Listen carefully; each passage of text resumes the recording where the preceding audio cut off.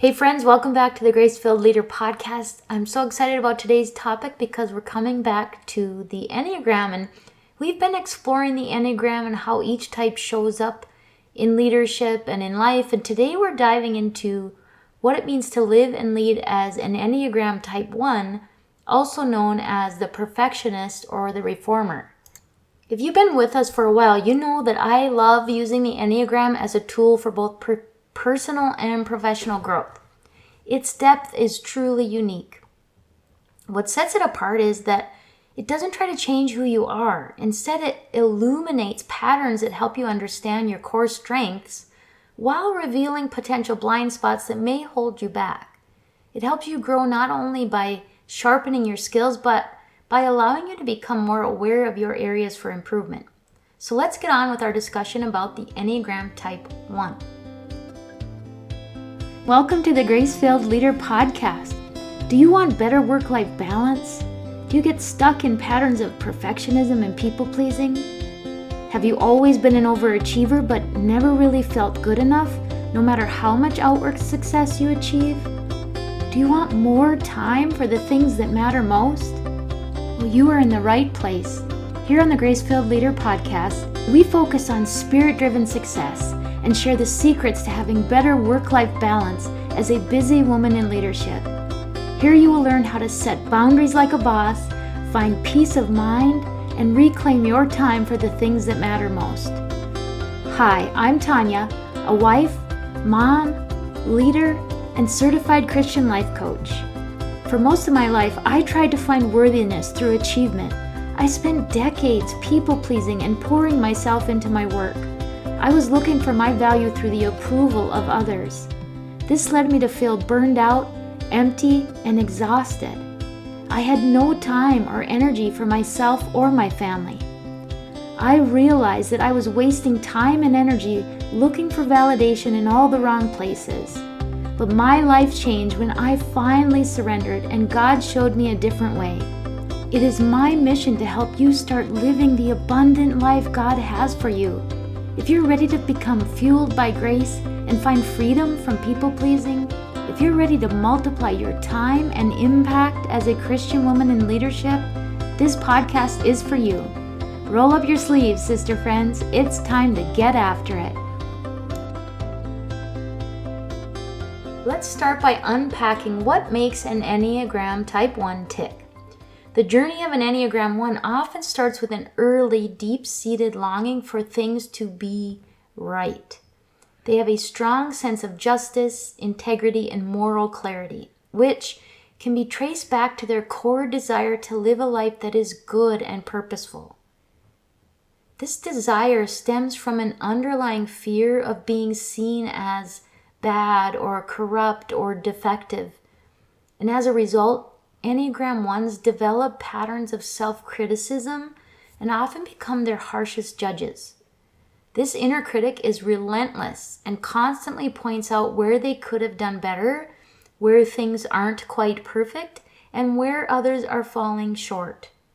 Over time, this builds a tendency toward perfectionism, a desire to fix things, and a strong aversion to making mistakes, or to others making mistakes. Now, let's be real. Being an Enneagram 1 isn't always easy. That constant striving for perfection can lead to burnout and frustration and even resentment when things or people don't meet their high standards.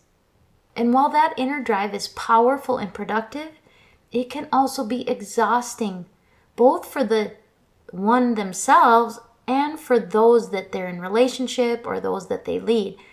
But here's the beautiful part. When a 1 learns to loosen their grip on perfection and trust God's grace, they can lead with incredible integrity, wisdom, and compassion.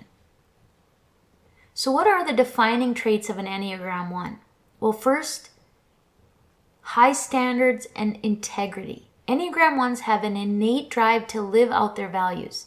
They hold themselves and others to a high moral and ethical standard, and they're always striving to improve things around them. They have a strong inner critic, that internal voice telling them what's wrong and what could be better, is a constant companion for the 1. This makes them diligent and hardworking, but can also be a very strong source of stress. Type 1s have a desire for justice and fairness. They deeply care about doing what is right. They're often drawn to causes or roles where they can bring positive change and uphold fairness. And finally, they're very organized and detail-oriented. In leadership, 1s are highly structured and efficient.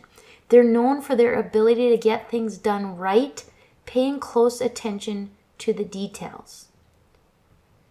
So let's talk about the strengths of the Enneagram 1 and what they bring to leadership.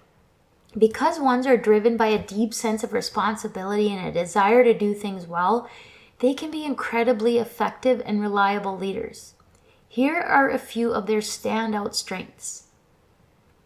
Integrity and accountability. 1s lead by example. They are trustworthy and consistent, holding themselves accountable to very high standards, which inspires others to do the same. Commitment to excellence. They want things done right, and they will work tirelessly to ensure the job is done to the best of their ability. This commitment to excellence often creates a high-performing team culture. Strong ethical compass. Type 1s naturally lean into ethical decision-making. They ensure that fairness, justice, and honesty guide their actions and the policies they implement in their leadership roles. And finally, they have a high attention to detail. 1s do not miss a beat. Their careful eye for detail allows them to catch issues before they become problems, making them great at managing projects and ensuring quality work. Now, while there is a lot to admire about Enneagram 1s, there are a few potential blind spots to be aware of. Areas where their strengths can sometimes become derailers.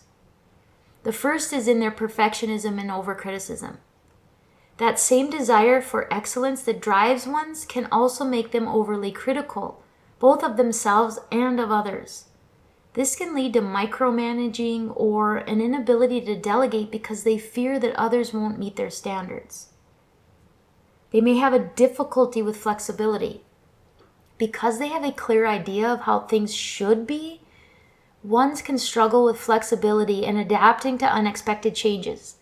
They may find it hard to let go of control or accept when things don't go according to plan. Boy, do I have a few 1s in my life.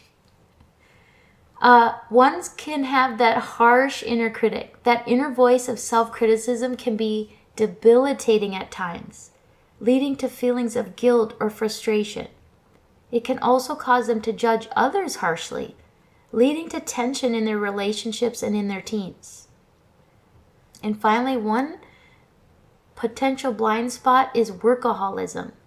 1s have a strong drive to get it right, which often leads to overworking or feeling like they can never rest until everything is perfect. This can easily cause burnout and affect their work-life balance. So how do these traits show up in leadership? Well, as leaders, Enneagram 1s are naturally principled, driven, and highly organized. They bring a lot of stability and structure to their teams, ensuring that things run smoothly and efficiently. They often excel in roles where ethical decision-making and attention to detail are crucial, like operations, compliance, or any position where systems need to be optimized. However, their high standards can sometimes create tension within their teams. Because they see the world in terms of right and wrong, they may struggle with delegating or trusting others to do things their way. This can lead to micromanaging, which might frustrate team members and stifle creativity. Learning to embrace flexibility, trust their team members, and celebrate progress over perfection is key for Type 1s to grow as leaders. So, if you are an Enneagram 1 or if you lead someone who is, what are some actionable steps you can take to live and lead more effectively? Number 1, practice grace and self-compassion. Remember that God's grace is greater than your imperfections. Let go of the need for everything to be perfect and give yourself permission to rest in His grace. Number 2, delegate and trust your team. Let go of control and trust that your team can handle tasks, even if they don't do it exactly the way you would. Delegation fosters growth and trust within your team. Number 3, challenge your inner critic. That voice telling you you're not good enough, challenge it with God's truth. You are enough just as you are, and your worth is not based on your performance. Number 4, embrace flexibility. Leadership requires adaptability. Be open to different ways of doing things and don't be afraid to let go of your ideal vision in favor of what works best for the situation. And finally, prioritize rest. Rest isn't just a nice to have, it is essential. Take time to step away, to recharge, and trust that God is in control, even when you aren't working. As an Enneagram 1, you have an incredible gift for seeing what's broken and working tirelessly to make it better. But remember, you are not responsible for fixing everything. God is. Lean into His grace. Trust His plan. And lead and live with compassion, both for yourself and those around you. My Enneagram 1s, I hope that you're hearing this today and soaking it in. Those of you that are or know Enneagram 1s, I hope this has been helpful. And as always, I pray that the Lord fills you with gratitude, His peace, and His amazing, amazing grace. I pray this episode blessed you, spoke to you, or encouraged you in some way. If so, please share it with a friend and head on over to Apple Podcasts to leave me a review. That's the only way for me to know if you're enjoying the show. Nothing blesses me more than to hear from you. Also, come on over to our free Facebook community. This is a great place for us to support one another on our faith and leadership journeys. You can find the link to the group in the show notes or go to gracefilledleader.com/community. If you have questions or content ideas for the show, please send me a message on SpeakPipe or via email. Go to gracefilledleader.com/contact and leave a written or voice recorded message. I would love to know how I can best serve you on the podcast. Now to Him who can do immeasurably more than we can ask or imagine, according to His power that is at work within us. Ephesians 3, verse 20. Until next time, my friends, God bless.